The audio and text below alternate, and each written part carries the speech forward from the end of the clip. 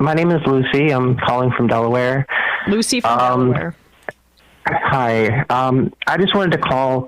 I recently got into a conversation with my family because I go into Florida, and we started talking about stuff.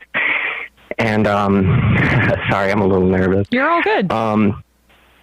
But I was talking to them, and they were talking to me about the Don't Say Gay bill and the recent expansion and stuff, because for me it's kind of a personal issue, but for them it's not as much. So they're not really thinking about that kind of stuff.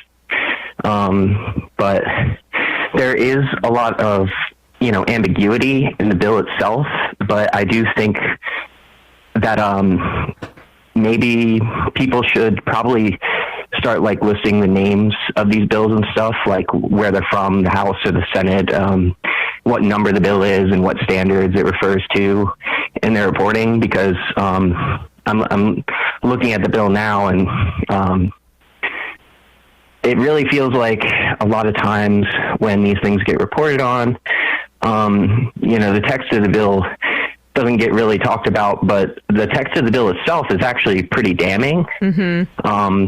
In Section 3 of the bill itself, it says, classroom instruction by personnel. We've heard it a bunch, but at the end, it specifically refers to in accordance with state standards. So I went ahead and looked up the state standards that it's actually referring to. And it refers to specifically Section 1003.46, which is health education, instruction, and acquired immune deficiency syndrome.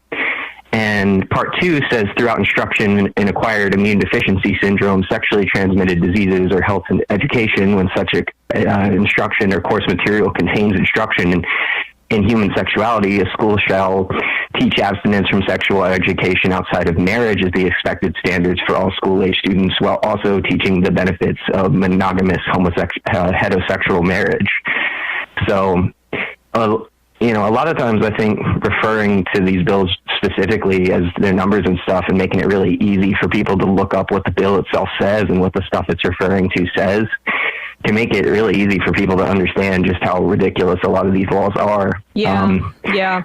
I mean, I think that's helpful, and just laying it out in clear terms. I also just want to re-highlight what I did in what I highlighted in headlines today, which is that it broke around an hour before the show started, so I need to do more reading into it. But they're coming in the court system too. This federal judge in Texas blocking the ACA mandate that health insurance companies have to cover preventative care, specifically targeting PrEP, which is the prophylactic HIV drug for gay men mostly, and others as well, but often the reasoning in the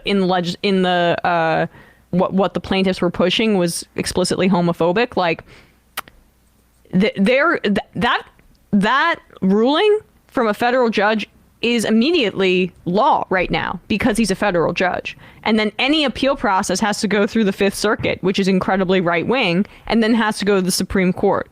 They are coming after gay, non-binary, trans, LGBTQ people in every direction, every facet imaginable. And the group that's funding that legal challenge to the ACA, headed by Stephen Miller. Yeah, I think it's really important to talk about that kind of stuff. No. Yeah, yeah. So my point is just yes, of course it's Florida, and you got into that discussion with your family about it, but they're coming on the federal level too, through these challenges through right-wing courts where they know they have a fair shake, or in their estimation, a fair shake for their extremist ideas. So, but anyway, thank you for highlighting that. I really appreciate the call. Thanks, Lucy.